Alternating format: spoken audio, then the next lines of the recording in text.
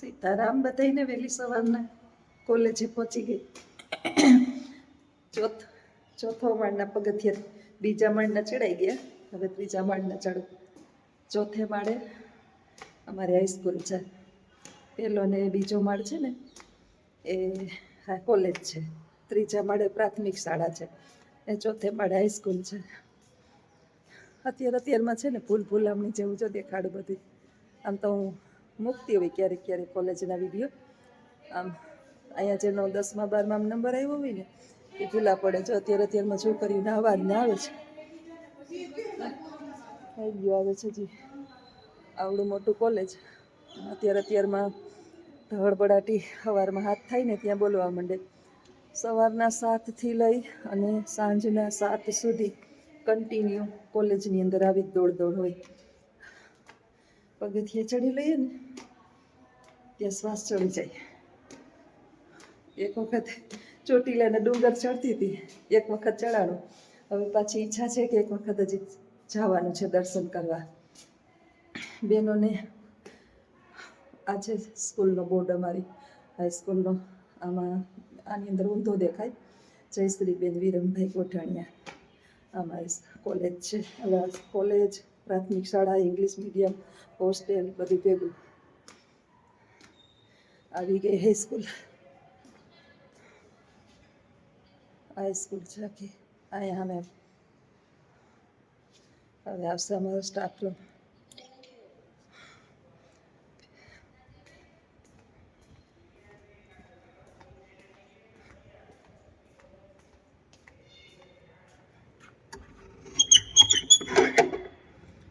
Peon વહેલા 6 વાગ્યામાં આવી જાય અમારે. કાળા બાળા ખોલી નાખે. પછી હું એક લઈ આવું. હું મોડી આવું ને તો મારે પ્રશ્ન થાય કે છોકરાઓને પાછા લેવાના હોય અને છોકરાઓને થાય મોડું. એટલે મારે થાય મોડું. છોકરાઓને આવવાનું હોય 8 વાગ્યા, મારે આવવાનું હોય 7, 7:15, 5, 7:30 પહોંચી જવાનું હોય. નોકરી કરીએ ને ત્યાં સુધી વહેલા પહોંચી જવાની ટેવ રખાય. નહીંતર નોકરી ન કરાય, સાંભળવાની ટેવ ન રખાય. બહુ મસ્ત એજ્યુકેશન, ભણતર બધું બહુ સરસ છે. છોકરાને પ્રાથમિક શાળામાં અમારે ગુજરાતી માધ્યમ છે ને ત્યાં પાયો પાકો કરાવે. જો 1 થી 8 સુધી છે ને કોઈને પણ પોરબંદરની અંદર જયશ્રીબેન વિરમભાઈ ગોઠાણીયાની અંદર એડમિશન લેવું હોય ગુજરાતી માધ્યમમાં કે ઇંગ્લિશ માધ્યમમાં. ઇંગ્લિશમાં હું નથી, હું ગુજરાતી માધ્યમમાં છું અને હા હાઈસ્કૂલમાં છું 9 થી 12માં.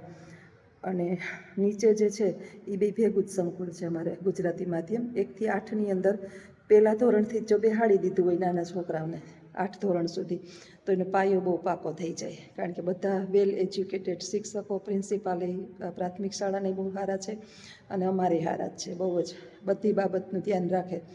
શિક્ષકોને વારંવાર નવું કંઈક પ્રિન્સિપાલ દ્વારા કહેવામાં આવે એટલે શિક્ષકો એ બધા એક્ટિવ જ હોય.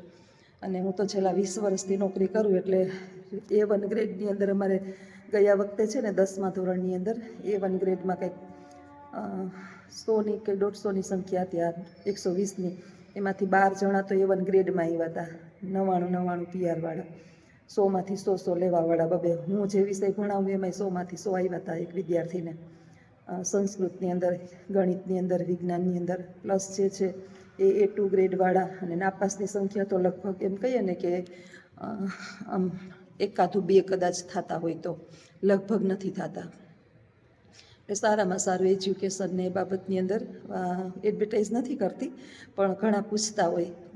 ગામના જે બહેનો મારા વિડીયો જોવે છે અને વારંવાર પૂછતા હોય મને કે બેન કેવું છે શિક્ષણ ને કઈ બાબતનું છે ને. તો હમણાં જ પરીક્ષા પૂર્ણ થાય અને અહીં તો અમારે દીકરીઓ માટે સરસ મજાની હોસ્ટેલની સુવિધા છે. હોસ્ટેલની અંદર એ કંઈ ફીસ એટલી બધી નથી ને એમાં જો બક્ષીપંચનું ફોર્મ ભરી અને હોસ્ટેલમાં રાખવામાં આવે તો એનું ફ્રી થઈ જાય બધું. એટલે ખાલી શાળાની ફી પોરબંદરની અંદર સૌથી ઓછામાં ઓછી ફી જે છે ને અમારે વિરમભાઈએ રાખેલી છે કે દીકરીઓને અમારા પગાર પૂરતી ફી. ખાનગી શાળા છે એટલે પગાર તો શિક્ષકોને આપવો પડે એટલે એટલી જ ફી, વધારે નથી રાખી. દીકરીઓનું વધારે ધ્યાન રાખવામાં આવે છે એટલે કંઈ એટલી ફી ન કહેવાય. અને આપણે આમેય હોસ્ટેલની અંદર લગભગ ફ્રી જ થઈ જાય છે બધાને. કોઈને પણ એડમિશન લેવું હોય તો બક્ષી પંચનું ફોર્મ ભરી અને હોસ્ટેલની અંદર ભરી શકે.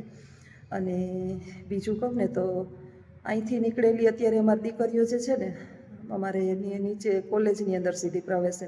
પછી કોલેજની અંદર એ લગભગ 3 વર્ષ કે છે. પછી અલગ અલગ જાતના કેટલા બધા કોર્સ અહીં ચાલે છે, કે ખાલી કોલેજ જ નહીં, ગુજરાતી માધ્યમ કોલેજ જ નહીં, ઇંગ્લિશ માધ્યમ કોલેજ, BCA પછી BMW, BBA, કેટલા બધા, નર્સિંગ કોલેજ, કેટલું બધું ચાલે છે, એન્જિનિયરિંગ કોલેજ.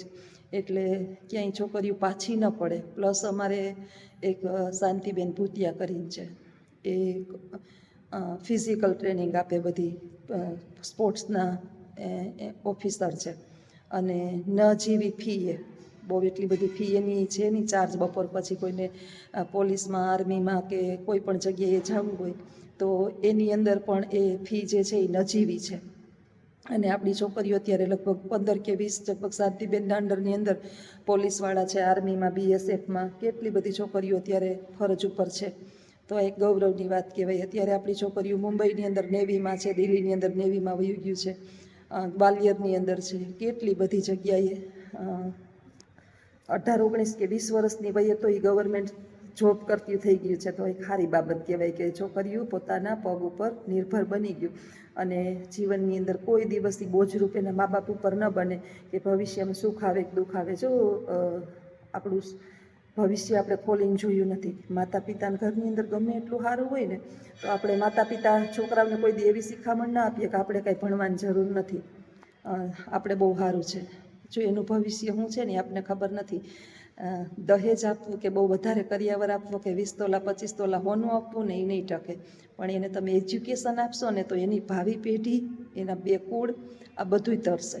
એટલે જીવનની અંદર સૌથી વધારે તો શિક્ષણ છે ને એ ત્રીજી આંખ છે. ભણતર કહે ને કે ભણતર ત્રીજી આંખ છે. આજે હું ભણી, ભલે ગમે એમ કરીને, મારા સાસુએ મને બિચારાવે કાચે કોરી કરીને ભણાવી, તોડીને પોતે તોડાતા હતા ને મને ભણાવી. તો આજે મારા છોકરા ભણ્યા, મારા છોકરા હવે મારાથી આગળ આવ્યા, એની પેઢી જે છે એ એનાથી આગળ આવે. એની પેઢી દર પેઢી શિક્ષણ કોઈ દિવસ જે છે ને નિષ્ફળ જતું નથી. પછી તમે નોકરી કરવાની જરૂર ના હોય તો ના પણ કરીએ, એવું નથી કે કરવી જ પડે, ના પણ કરીએ પણ ઉત્તમ છે. એમ દીકરીને શિક્ષણ આપવું એ ઉત્તમમાં ઉત્તમ છે. અને એના માટે બેસ્ટમાં બેસ્ટ અમારી આ શાળા છે પોરબંદરની મધ્યની અંદર, પાછી એક્ઝેટ મધ્યમાં. અને બધી રીતે ઉપલબ્ધ સુવિધાઓ, કોઈ કમી નહીં. એમ બસથી માંડીને રિક્ષાવાળાની ફી ઓછી, બસમાં એકદમ નજીવી ફી છે, એટલી બધી ફી નથી. એટલે આજ તો ખાસ એના માટે જ મેં શાળા માટે જ વિડીયો બનાવ્યો હતો. સવારમાં મેં કીધું કે હાલતી જઈશ, કોલેજે પહોંચતી જઈશ અને શાળાને અનુલક્ષીને વિડીયો બનાવીશ. પહોંચી ગઈ, સ્ટાફ રૂમની અંદર બેસી ગઈ. હજી કોઈ આવ્યા નથી. મને ખબર હતી કે હું વહેલી પહોંચી જઈશ ને તો હજી એટલા બધા કોઈ નહીં આવ્યા હોય. તો આજે ખાસ શાળાની માહિતી છે. અને આ વિડીયો જે છે એ વધારેમાં વધારે શેર કરજો. કોઈને પણ માહિતી જોતી હોય તો એની અંદર મળી જાય. એના દીકરા દીકરીઓનું ભવિષ્ય 1 થી 8 તો છોકરાઓ બહુ હોશિયાર થઈ જાય છે અહીં આવીને, કે પાયો જ પાકો ને હારામાં હારા શિક્ષક ને વેલ એજ્યુકેશન મળતું હોય તો ચોક્કસ શેર કરજો. ગ્રામ્ય વિસ્તાર સુધી પણ શેર કરજો. તમારા સગા સંબંધીઓ આસપાસ જે પણ મારા વિદ્યાર્થીઓના વાલીઓ વિડીયો જોવે છે એ પણ શેર કરજો. અને અમારી હાઈસ્કૂલની અંદર ચોક્કસ એડમિશન લેજો. આવો ત્યારે ચોક્કસ મારું નામ પણ લેજો કે વિડીયો જોઈને આવ્યા છીએ અમે, અને મુલાકાત એક વખત ચોક્કસ આવજો. બસ શાળાઓ તો ઘણી છે, પણ આપણે મધ્યમ વર્ગના અમને પોસાય ને એવી શાળા મને લાગે છે કે પોરબંદરની અંદર અમારી વિરમભાઈની એકમાત્ર છે. શાળાઓ પોરબંદરની અંદર ઘણી બધી છે. 2, 3 ધોરણની ફી બીજી શાળાઓમાં છે ને એની એટલી ફી અમારે 10મા ધોરણમાં છે.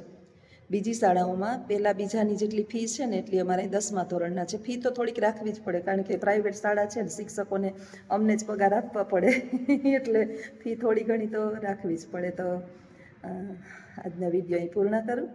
આવજો બધાય, સીતારામ. અને ખાસ આજનો વિડીયો ગ્રામ્ય વિસ્તાર સુધી ચોક્કસ શેર કરજો, કે જેથી કરી અને ખુલતા સત્રની અંદર બાળક આપણું જે છે એ યોગ્ય જગ્યાએ પ્રવેશ મેળવે અને એનું ભવિષ્યને સુધારે. આવજો બધાય, સીતારામ.